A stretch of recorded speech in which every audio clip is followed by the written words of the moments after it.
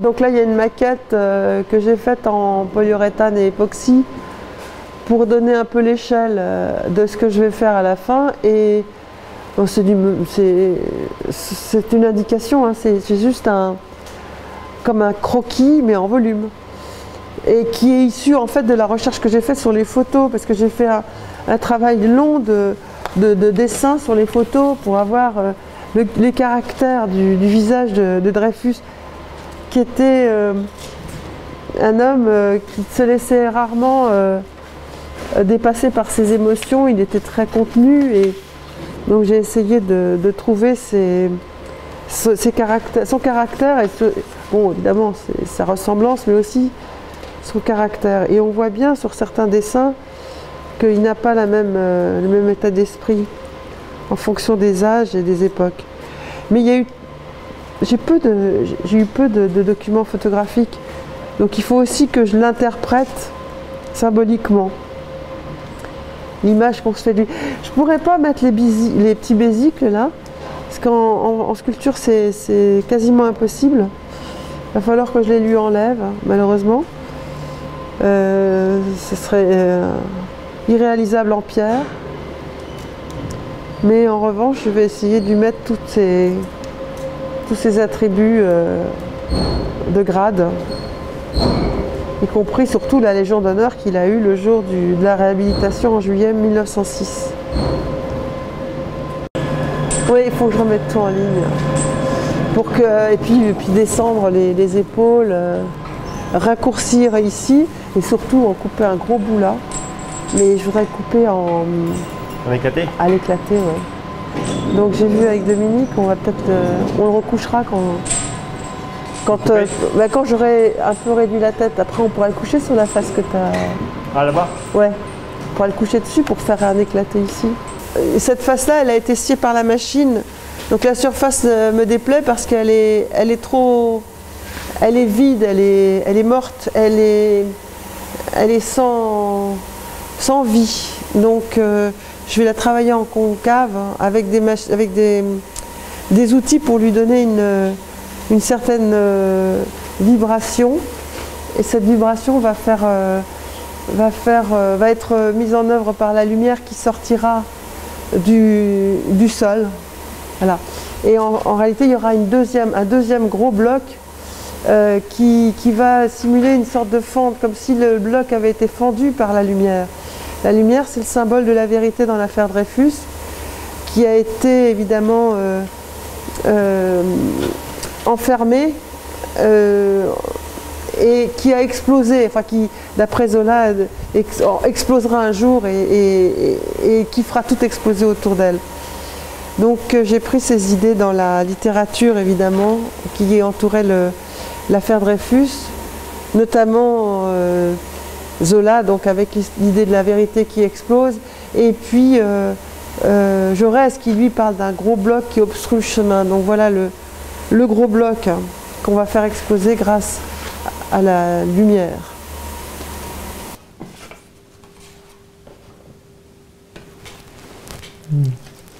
Tout.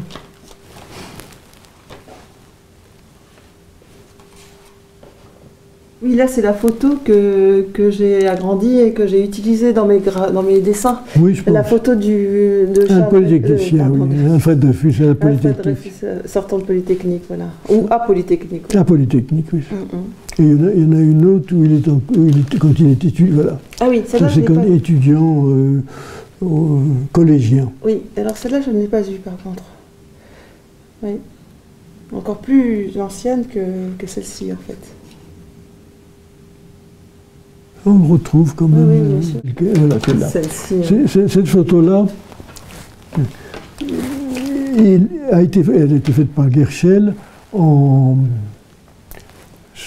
je pense en septembre ou en octobre 99, c'est-à-dire à peu près 2 mois après sa libération. Oui. Et c'est assez extra. Alors il a envoyé cette photo à un certain nombre de personnes. Je pense qu'il l'a envoyé à de nombreuses personnes. En fait, moi, je n'en connais que 3. Il y a le colonel Picard qui l'a reçu et qui lui a répondu en lui disant qu'il trouvait qu'il avait une bien meilleure mine que quelques mois plus tôt à Rennes. Au procès de Rennes, oui. Et c'est même étonnant de le voir comme ça, parce qu'il était encore allé du diable 3 mois avant. Alors moi je pense que cette photo a été retouchée déjà, parce qu'il n'a aucun trait, on repeignait les photos.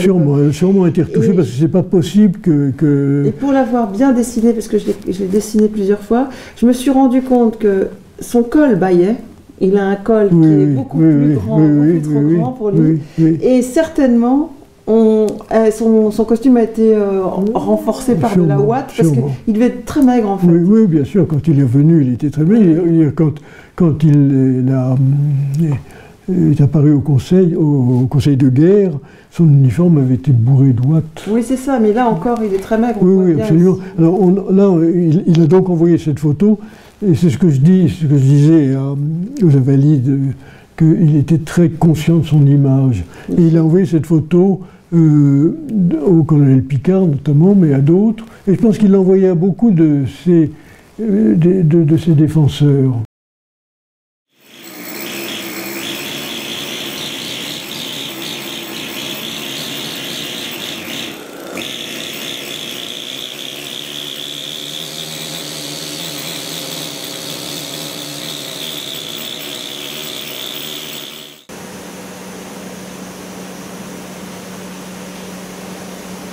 Je suis allée chercher le volume de la tête en décaissant chaque côté des épaules pour avoir l'exacte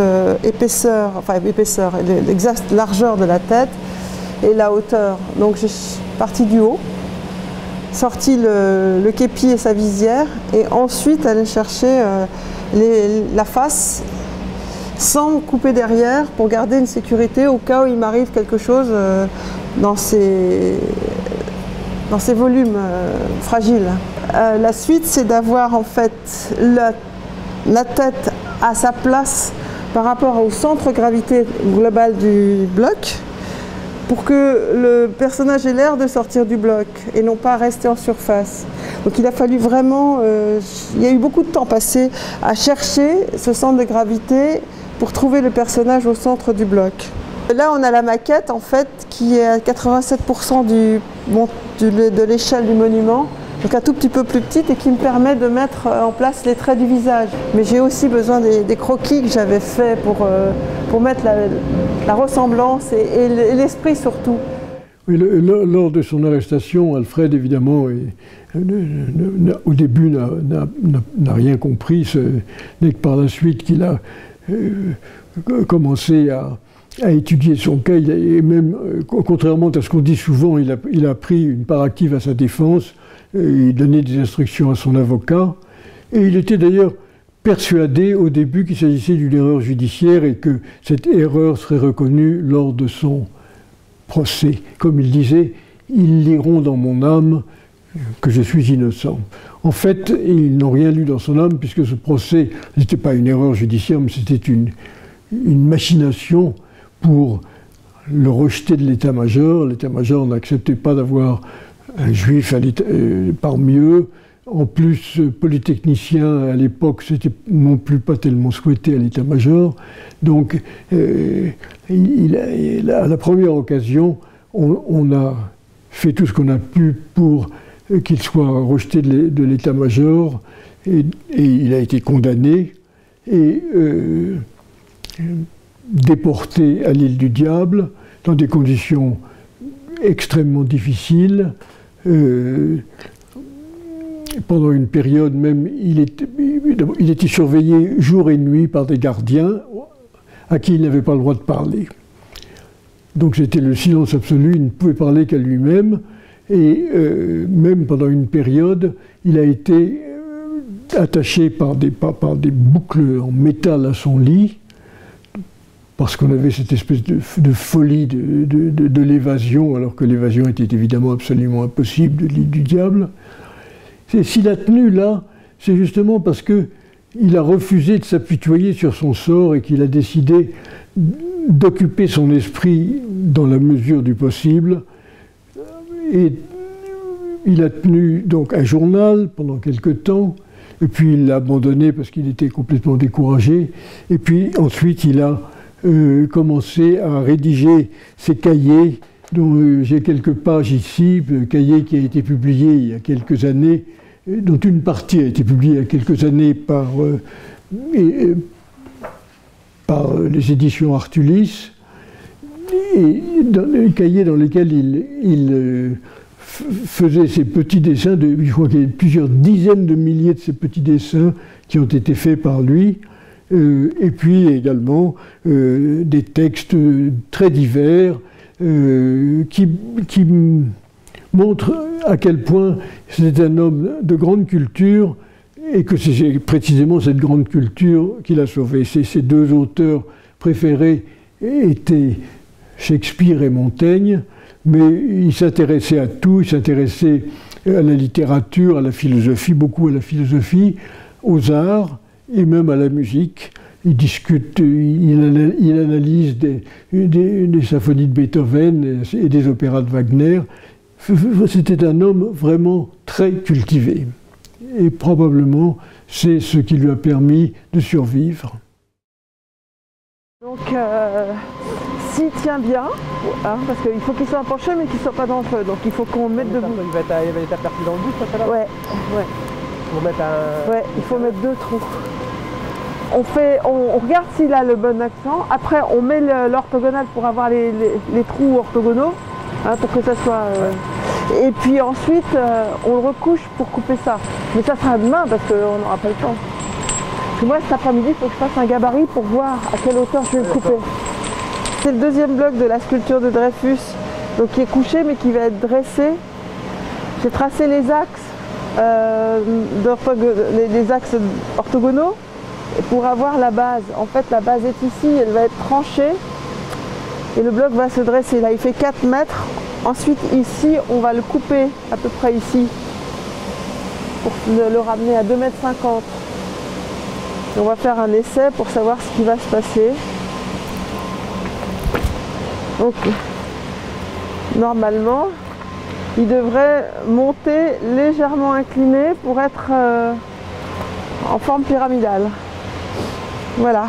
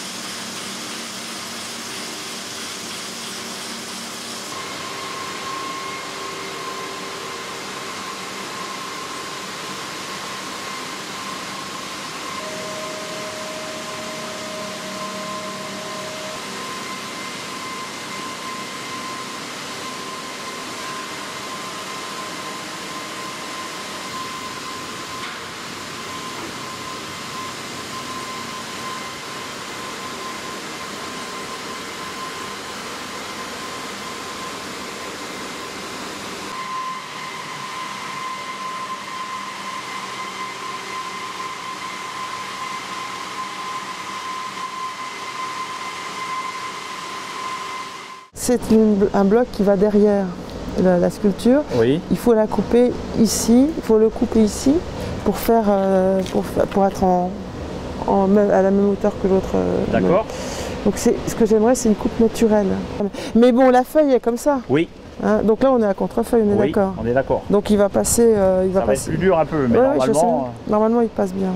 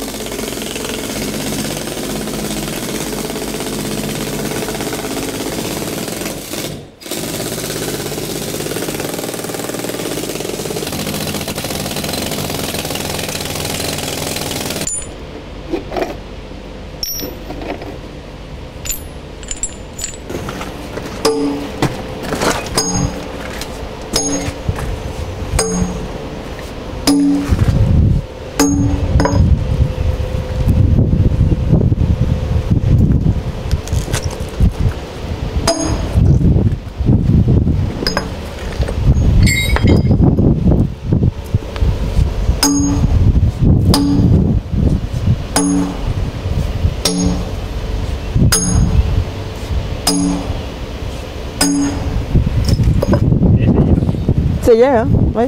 Oui, on entend crac. Il a fendu là. Ah.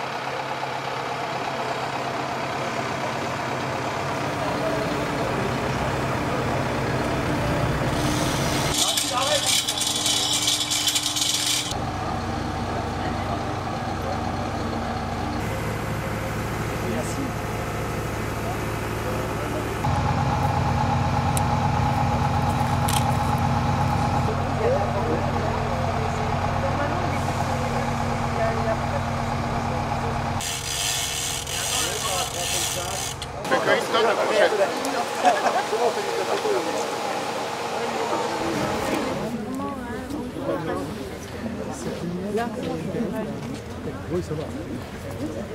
Vous l'avez commandé exprès? Oui. C'est une très bonne organisation.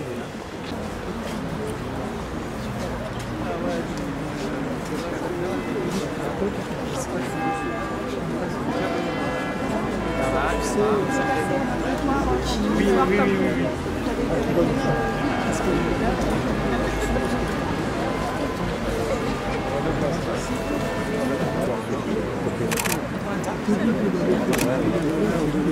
Vous êtes d'accord de vous faire bousculer comme ça par ce monsieur? Monsieur le maire, je vous vois pas. Oui, c'est pas grave, on y va. Attendez.